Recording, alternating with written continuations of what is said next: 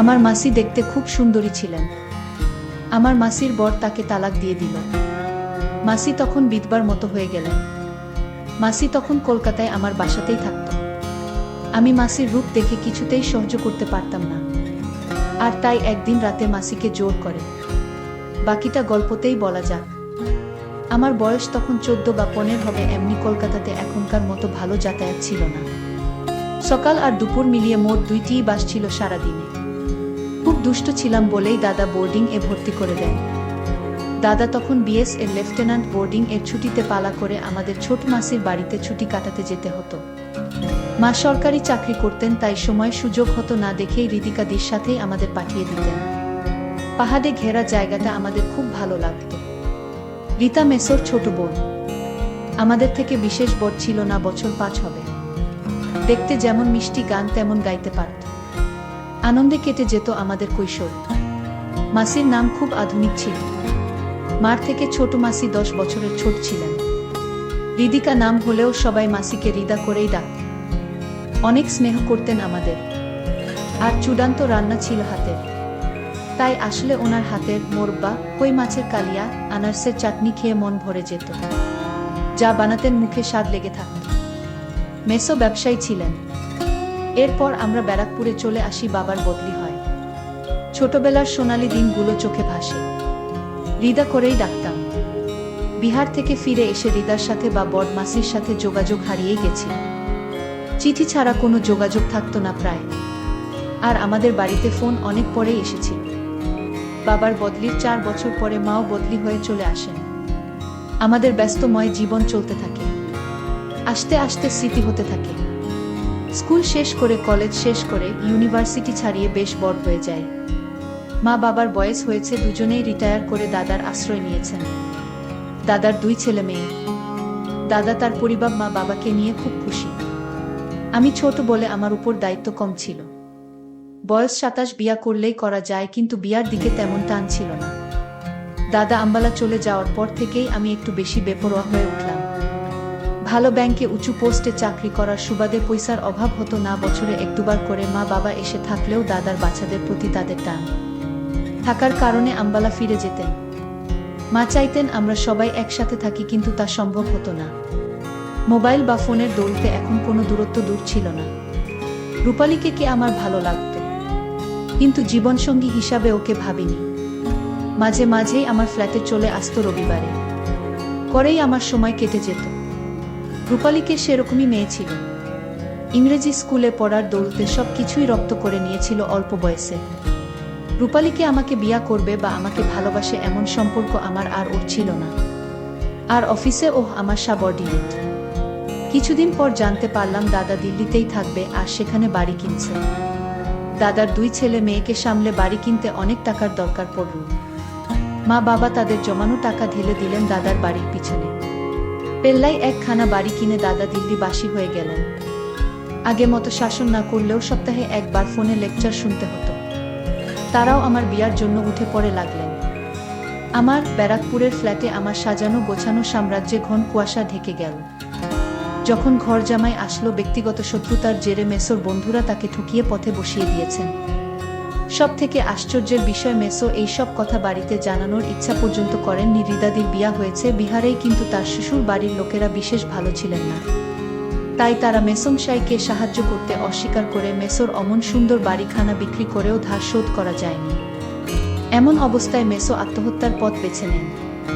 চারিদিকে ঋণের বোঝা আর পাওনাদারদের যন্ত্রণা নিয়ে ছোট মাসির জীবন এখন যন্ত্রণা প্রায়। তাদের একটি কন্যা সন্তান শ্রাবণী ক্লাস 10-এ। এরপরে মাত্র তাকে মেসো স্কুলে ভর্তি করিয়েছিলেন অনেক পয়সা খরচা করে। এখন রিদিকা মাসি মাথায় হাত দিয়ে বসে পড়েছেন। বেশ খারাপ লাগলো। একটা মানুষকে কাছে দেখা এত ভালো লোক, কিন্তু ভাগ্যের কি পরিহাস, মা বাবার আদেশ আসলো দিল্লি থেকে। এরকম পরিস্থিতিতে আমার কাছে শুধু আদেশ আসে, তুই তো অনেক ইনকাম করিস, তুই মাসিকে নিজের কাছে রাখ। অত বড় ফ্ল্যাট কি করবি একা থেকে? তার চেয়ে মাসি রান্না বান্না করে দেবে আর দীপা স্কুলের ছুটিতে আসবে থাকবে। মাসির আমরা ছাড়া কে আছে বল? মাসিকে একটা ভালো কাজ দেখে দে, মাসি তো বিয়ে পাস। মার আদেশে আমার বাসায় ফুর্তির দিনগুলো শেষ হতে চলেছে। রূপালীকে কে জানালাম যে আমাদের আড্ডার দিন শেষ। মাসির বয়স এমন কিছু বেশি ছিল না যে জীবন শেষ হয়ে গেছে, 35 শেষ করেছে সবে। কিন্তু এমন পুরা মহিলাকে ঘরে রাখা মানে নিজের সব প্রাইভেসিতে আমাদের বাধে। ফোনে মাসির কান্না হাতে পায়ে ধরা শুনে আমার মন গলে গেল। মাসির দেনা শোধ করতে করতে আমার পুঁজি প্রায় শেষ হবে এমন সময় মাসির মেয়ের স্কুল থেকে ফোনে আসলো সামনের বছরে টিউশন ফি করতে হবে। অনেক টাকাই নেই করে খরচা হয়েছে। বাধ্য হয়েই সেভিংসের কিছু কালো টাকা ভাঙিয়ে ড্রাফট করে পাঠিয়ে দিলাম। মাসির প্রতি ভালোবাসা থাকলেও এখন আমি আর ছোট নেই। দাদা বাবারাই সব ব্যবস্থা করে মাসির কলকাতাতে জিনিসপত্র বিক্রি করিয়ে দিলেন। বোচকা বুচকি নিয়ে মাসি আমার ফ্ল্যাটে উঠলেন। আমার কারাফ দিন শুরু হলো। মাসিকে বুঝতে দেওয়া সম্ভব নয় যে আমি একেবারেই খুশি নয়। ছোটবেলায় মাসিকে যা দেখেছিলাম এখন মাসির অনেক পরিবর্তন হয়েছিল।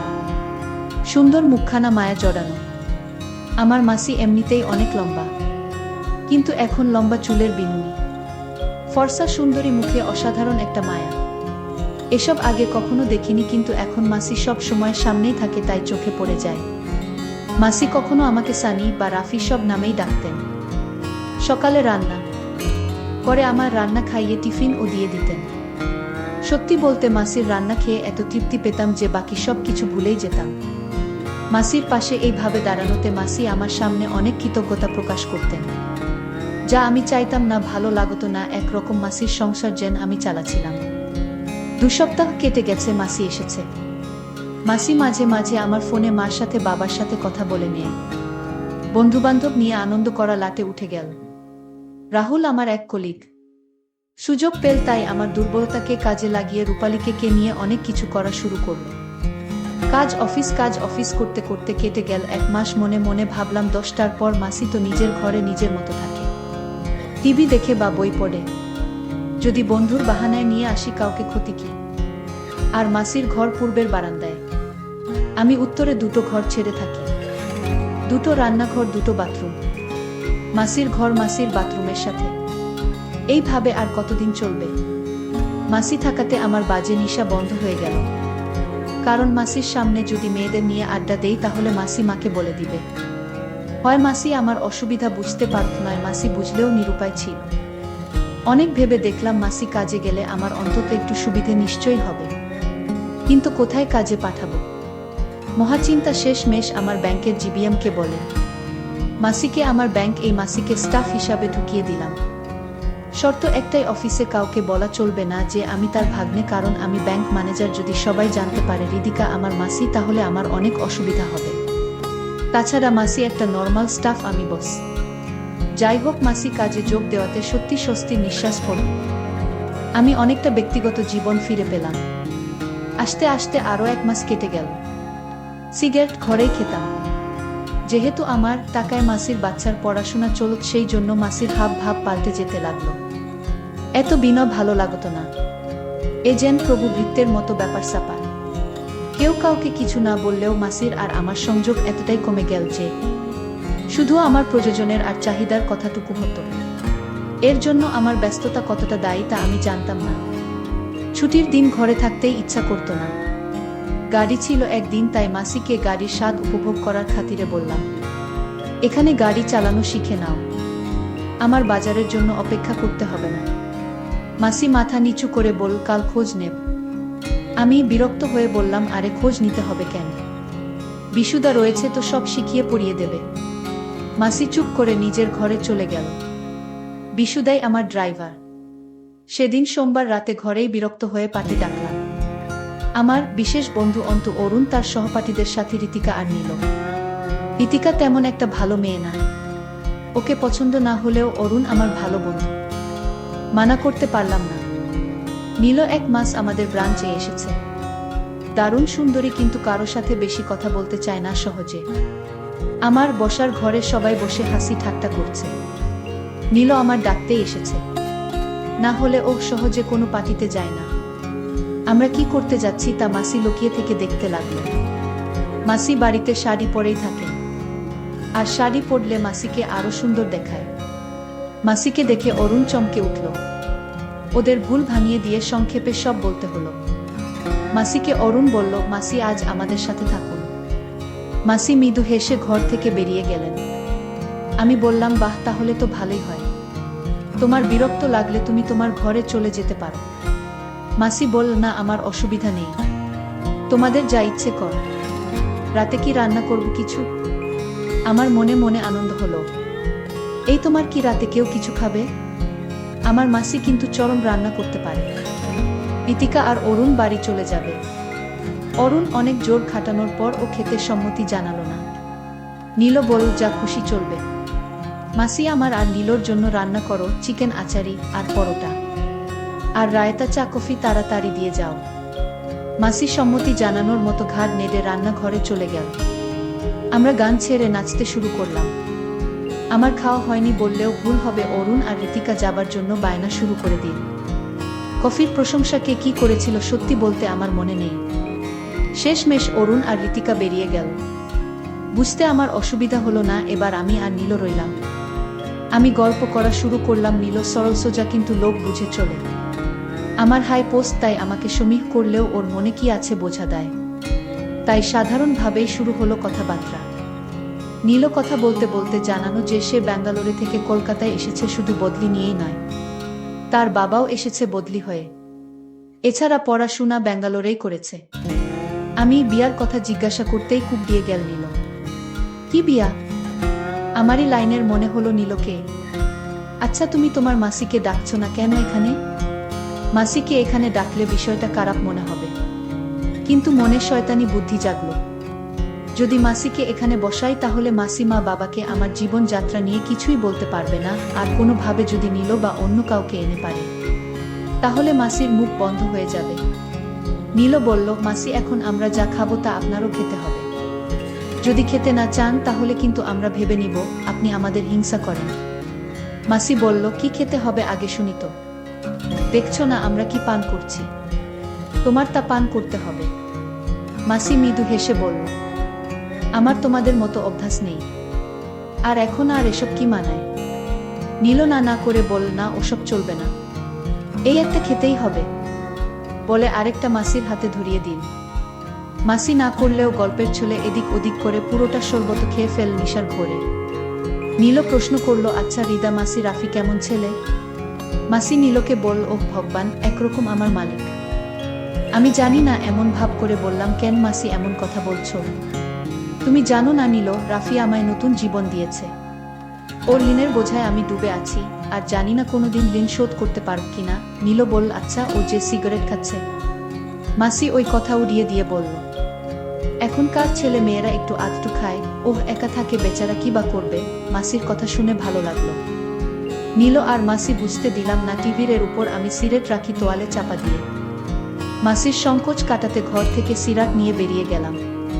নীল এবার শালীনতার মাত্র ছাড়িয়ে ফেল।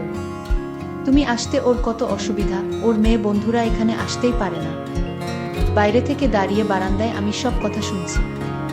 সত্যি মাসি আমাকে মানে না, আমার পয়সার জন্য এমন কথা বলছে, বুঝতে হবে। নানা অসুবিধা কোথায়, ওর মেয়ে বন্ধু আসলে আসবে। এখন ওর বিয়া করার কথা আমার জন্যই না, ওর কত কষ্ট। আমার জীবনে আর কি বা আছে? ওহ, আমার মেয়ের দায়িত্ব নিয়েছে, এটাই বড় কথা। তার জন্য আমি তো এমনিতেই ওর কাছে ঋণী। ও না থাকলে হয়তো আমার পথে বসতে হতো। আমি সত্যি সেইভাবে মাসি আমার সহানুভূতির নিচে চাপা পড়ে থাকতে দেখতে চাইনি। মাসি ঘরে আছে। আমিও ঘরে ঢুকলাম। মাসির কথাবার্তা এলোমেলো হয়ে গেছে, হয় আবোল তাবোল বকছে, আর নীল মাসিকে মজার পাত্র বানাচ্ছে। মাসিকে দেখতে আজ অনেক সুন্দর দেখাচ্ছে। মাসিকে ছোটবেলায় দেখেছিলাম সুশ্রী মায়াময় মুখ। আমি ভাবলাম, মাসিকে আমার যে করে হোক আমার কথায় রাজি করাতে হবে। আমি মাসিকে বললাম, ছোটবেলা থেকে তুমি আমার সব কথা রেখে আসছো। আমি তোমায় এখন একটা কথা বলতে চাই, আর সেই কথাটা আমার মাকে বলা যাবে না। আমি মাসিকে বললাম, মাসি, আমি তোমার কাছে একটা জিনিস চাই। মাসি বলল, কি জিনিস? আমি বললাম, আমি চাই তুমি মেসোর সাথে রাতে যা করেছিলে আমি তোমায় তা করতে চাই। মাসি বলল, তুমি আমার যে উপকার করেছে তা আমি কোনোদিন ভুলতে পারবো না। আমি রাজি। তারপর মাসির সাথে এক সুখের রাজ্যে হারিয়ে গেলাম। বন্ধুরা, আজকের গল্পটি কেমন লাগলো তা অবশ্যই কমেন্ট করে জানাতে ভুলবেন না।